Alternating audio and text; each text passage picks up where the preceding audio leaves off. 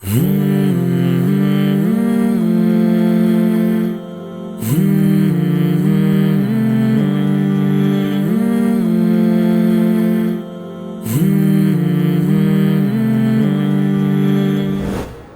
بالله من الشيطان الرجيم.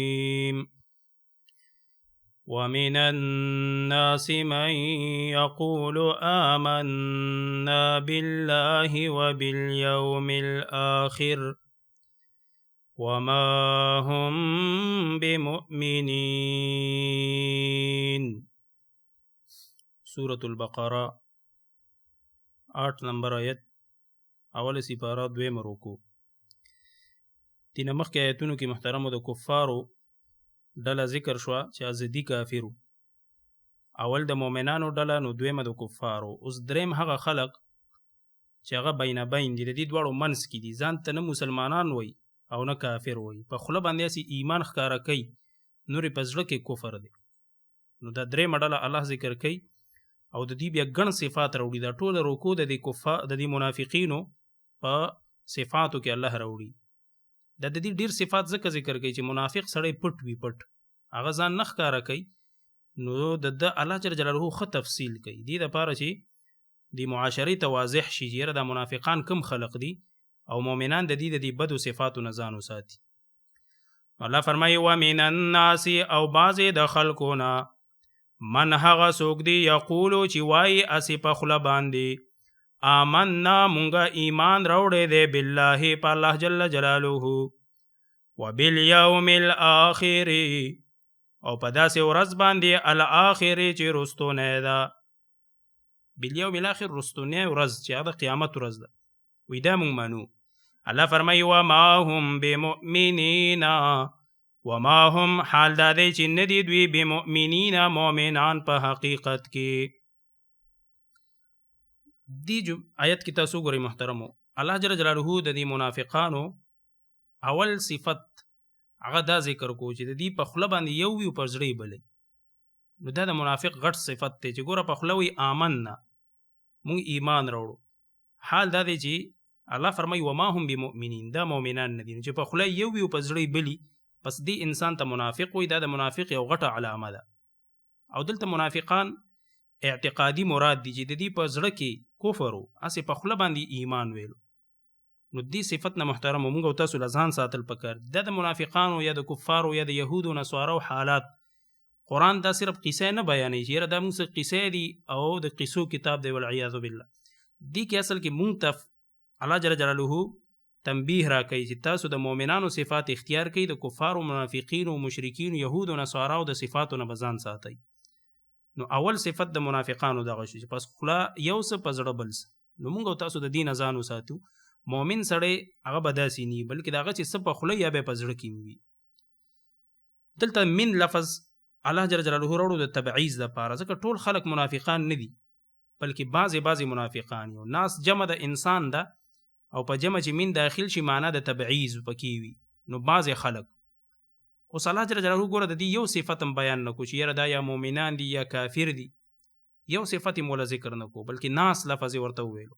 ګوره مؤمنانو ته خو هلته شروع کې د ایمان الذین یؤمنون بالغیب، د ایمان هغه سرټیفیکیټ یې ورکو.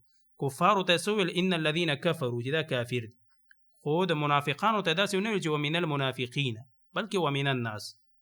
وجه دا د محترمو چې سوره نساء 143 نمبر آیت 15 سپارې اخر کې د دې منافقانو حال هم الله داسې ذکر کړی دی. هلته الله فرمایي وی مذبذبین بین ذالک، دا منافقان د ایمان او د کفر منځ کې تاویدونکي را تاویدونکي دي. لا اله هؤلاء ولا اله هؤلاء، نه د دې مؤمنانو ډله کې شاملیږي او نه د کفارو ډله کې شاملیږي. بس داسې بین بین دي، مینس کې دي. نه ځان ته مؤمنان وایي، نه ځان ته ښکاره کفار وایي. نو ځکه الله جل جلاله دلته هم څه وصف نه دی ذکر کړی، بس همداسې ذکر کړي چې ومن الناس، بعضې خلق. دا من د تبعیض دپاره راځي او دې کې سپکاوي ته اشاره ده چې مړه دا خو هغه خلق دي چې د سره د دې نوم اخیستل مناسب نه، ځکه ورته ومن الناس ویل. دا څوک دي یقولو چې دي په خوله وایي چې آمنا بالله، مونږ په الله ایمان لرو، وبالیوم الاخر او په ورځ وروستونه. نو سوال دا دی که دا دوه څیزونه یو انسان مني الله او قیامت او نور نه مني نو آیا دا به مؤمني؟ دلته خو صرف الله او قیامت یاد کړی دی. دا نور مؤمن به نور څیزونه هم ډېر داسې شته چې په هغې باندې ایمان راوړل فرض دي، لکه ملائک منل، رسولان منل، جنت او جهنم منل، دا خو ټول پکې پرېښو، صرف دا دوه یاد کړه. نو د هغې جواب دا دی محترمو چې دا ګوره دا اول د ایمان ابتدا ده، الله باندې ایمان دا اولنی سټیپ دی او قیامت اخر سټیپ دی. دا دوه چې مني دا منځ کې به خامخا مني، اول او اخر د شي چې مني نو منځ کې به خود مني.